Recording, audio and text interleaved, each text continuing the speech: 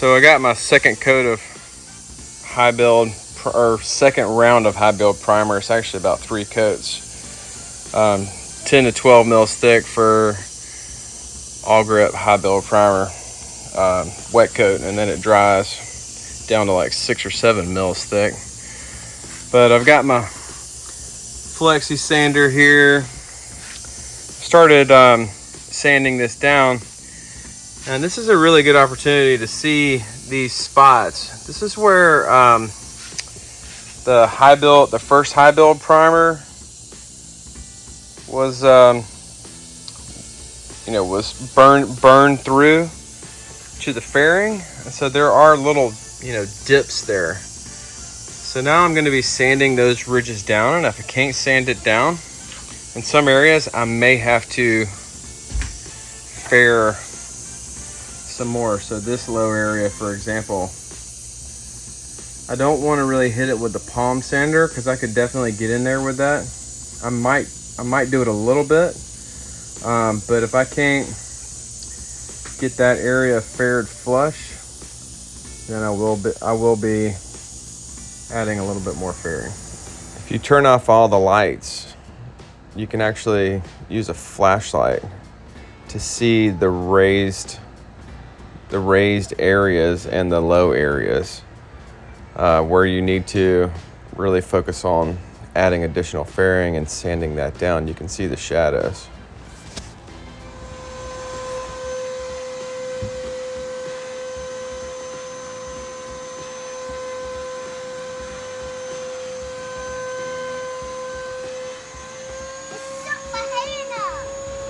And now it's time to prime. I'm using All Grip's 545 primer. I'm going to do several coats of this. And again, I'm using the 3M AccuSpray. Here I'm using a 1.3 millimeter tip, and I am making 50% overlap passes and maintaining my distance from the hull to ensure that I'm just giving a really good, clean, even coat. This does definitely take a little while, and you want to have a lot of paint mixed up and ready to go.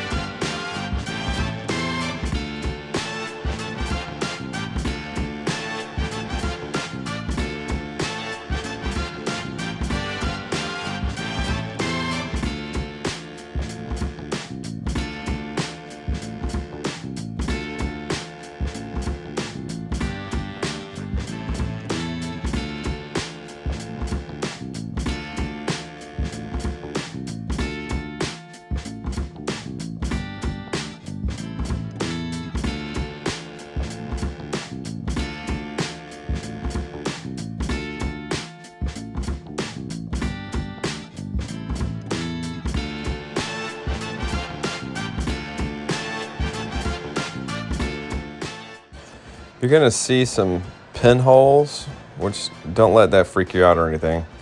See all those little pinholes down there? You come back and you can fill those in with a 3M acrylic filler. They'll fill right in, and you can sand them right up. Here's a shot of my gun. You can see the moisture filter down there. That's really important. Also, I have the air set to where at full trigger pull, it comes right down to 25 psi. That's how you can get like perfect atomization of your paint. And I just keep a bucket of mixed paint converted, ready to go. I don't have my spray pattern set super wide, but you can see here my pattern doing the 50% overlaps.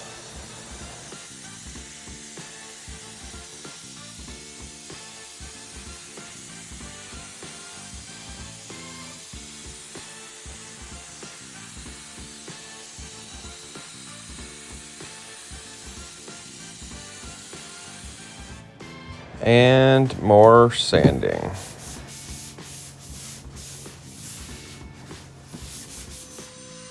I'm going to use a guide coat here over the primer. You can just pretty much cover the whole boat with that, and you can see exactly where you have and you haven't sanded. It's important to give the paint a good even sand, getting it ready for either more primer or the top coat.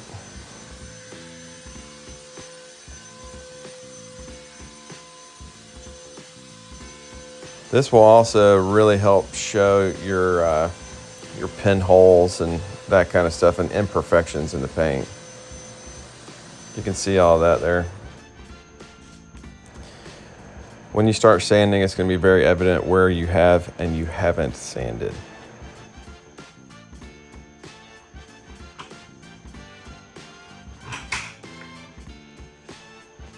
So another really great opportunity to use your longboard or your block sander. This will help you see if you've missed any fairing spots and make sure all of your surfaces are pretty flat and even.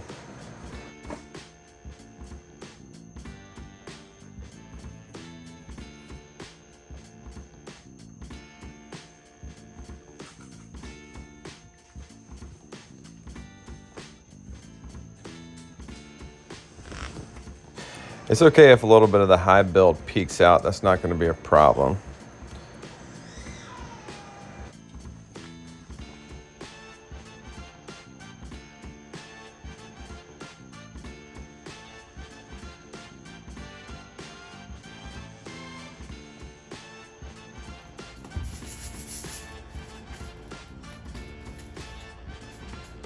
Sand. All right, sand good.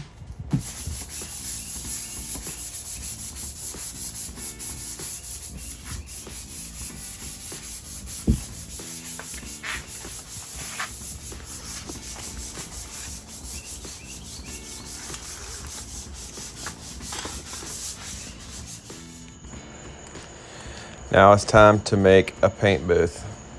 I've just taken painter's, covering material and covered the whole inside of my shop.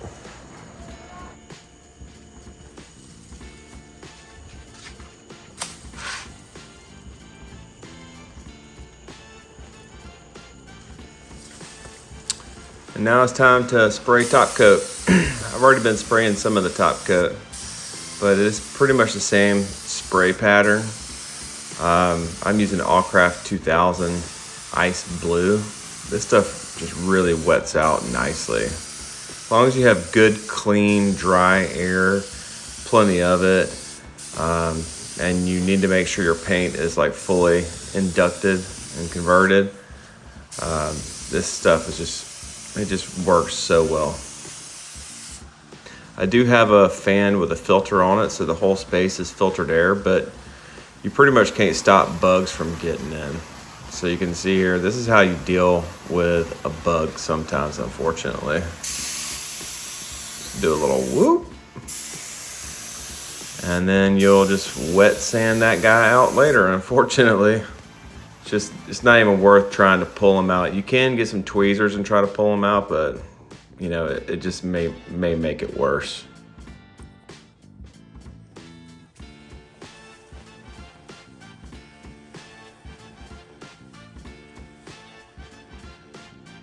You will have some spots like this sag or something. Just kind of unfortunately happens if you just get a little heavy-handed.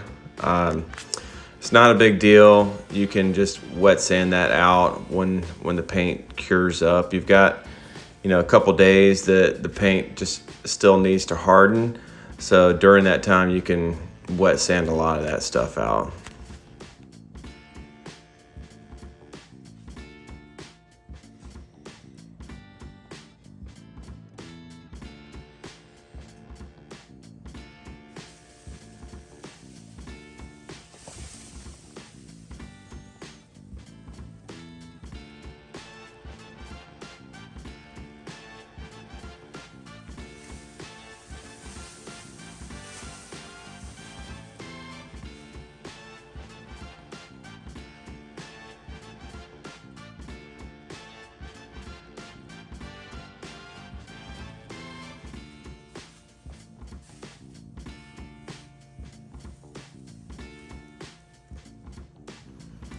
So now the paint's cured and I am busting loose this flange around the edge of the boat. It's the first time I'm actually seeing that that flange from the raw glass side, and it actually looks really, really good.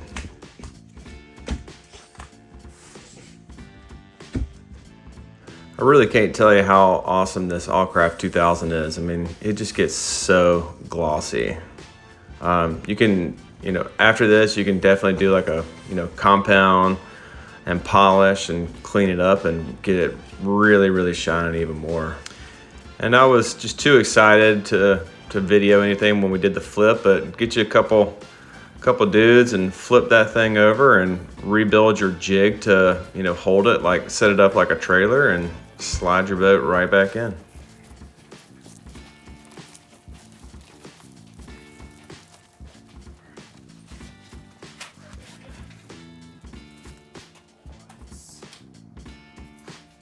I pretty much jumped right in and started filling in all of the gaps and everything. I even put a second layer of Kusa with glass in between. So that Kusa has got a couple layers of 3/4 ounce matte, and I have screwed it to the other layer of Kusa on the transom. So I've doubled that transom up. And then started, you can see, getting putty and filling in, all the gaps around, the transom area. So.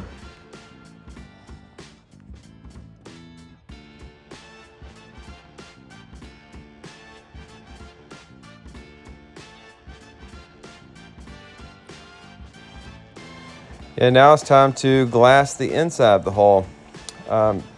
This is we're gonna do a layer of 3/4 ounce matte, and I'm just laying that out and then gonna wet over it. It is important to use, some of your stations and create a couple of braces, because the hull, without it being glass, is very flexible and will flex out. So you want it to be an even width and the proper width, the exact station width, while you're glassing this thing out and while it's curing. Even really until you get your bulkheads, glassed in. But, wetting this mat out is pretty easy with a couple people. And, then after that, I immediately lay my cloth. I'm using 10-ounce cloth here, and I'm going to do at least 2 layers with a 3rd layer down the center. So it's going to be really strong matte and cloth. It's pretty much the same layup as the outside of the hull. I did switch over to polyester here because it is a lot easier to work with than epoxy. It does cure and kick off a lot faster, but it's a lot cheaper. I wanted epoxy on the outside for the strength, but polyester is, just fine, on the inside.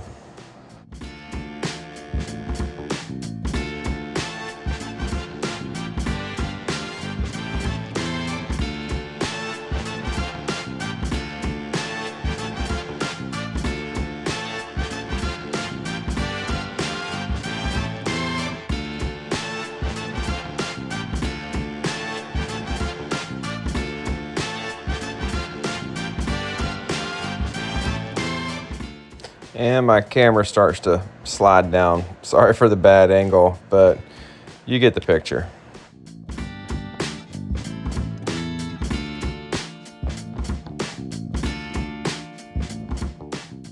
So after I took a template and glassed this bulkhead, I used a little bit of peel ply to make it, a super clean, surface.